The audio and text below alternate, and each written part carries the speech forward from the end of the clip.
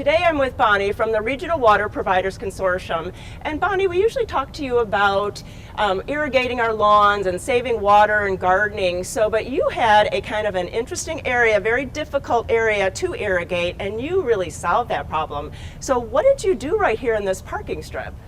Yeah, so parking strips, or some people call them health strips, are notoriously hard to water. And so what happens is we have sprinklers that overshoot into the street or the sidewalk, or they just go an ugly brown. Mine was an ugly brown. And so I decided that it would be great to plant this area with really heat and drought tolerant plants that would thrive in this area. So I still have a challenge to water, but I'm going to have a beautiful spot to replace that ugly brown grass. It is, and it's so many interesting plants, and I know that you probably aren't finished. You're going to be adding to it. So talk about first these trees that you put in, because you had to take out 2 huge trees. Yeah, so I had 2 liquid ambers, which are just notoriously known for dropping all sorts of stuff all throughout the season. So these are Persian ironwoods, and I actually asked 2 arborists what they would recommend for bright, dry, sunny spots that once established I wouldn't have to water. And they both recommended this type of tree, so I thought, why not go with what the pros recommend? True, true. And when you picked out these trees, were there other considerations that you had to do? Yeah, definitely. So these are located under some wires, so I needed to make sure that I was picking trees that are shorter in stature, and then I also needed to make sure that I was picking out trees that worked for the city's tree code as well. So those were 2 things. So there was another consideration that I had to think about as well, and that was I needed to call 811 before I dug so that I didn't hit anything underground as well. And so I made sure to do that. And that was another thing with these smaller plants. I wanted to make sure that I selected plants that I didn't need to dig down too deeply as well. So what kind of perennials did you choose? Yeah, so the little color spots that you're seeing right here, the red and the yellow, are helianthemum, and they bloom early in the season.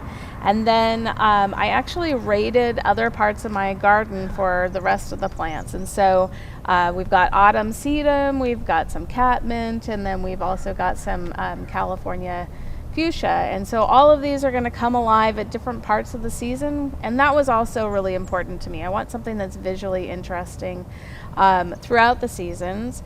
And you're right, I'm not quite done yet, but I want to see how these do, and then I'll add some more as we go, and probably add some more bulbs in the fall. Oh, that'll be cool. So how do you water this really efficiently? I don't see any drip lines or anything, so what do you do? Yes, so my plan is to put drip in this summer, but right now what I'm doing is spot watering. So I'm dragging my hose out here a couple times a week and giving them a really nice deep soak.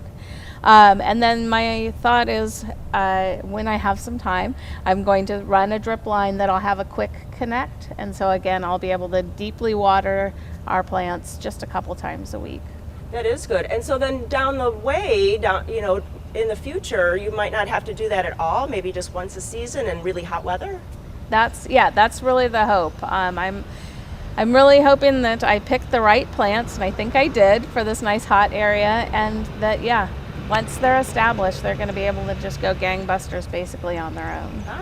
And then some other tips that you can give to the viewers, like that you had to do when you prepared the soil, anything special? I didn't prepare this soil much more than just adding bark chips at this point, and so I think I'll feed them as needed, but I'm kind of doing this grand experiment to see what is the least amount that I actually can do to have a beautiful and healthy garden. And I see that you have a lot of bark mulch on top, so I bet that keeps in the water, and I don't see one weed, so that's really nice too. Yeah, it used to all be grass, and so every once in a while, about once a week, I just come along and just pull out some that are trying to volunteer, but other than that, it's one and done, hopefully. Bonnie, this is really such a great addition to the front of your home. And really, if you need any other ideas about saving water, you can always go to, what is the website? regionalh2o.org. So thank you so much, and we'll probably be seeing you later in the season. Wonderful. See you then.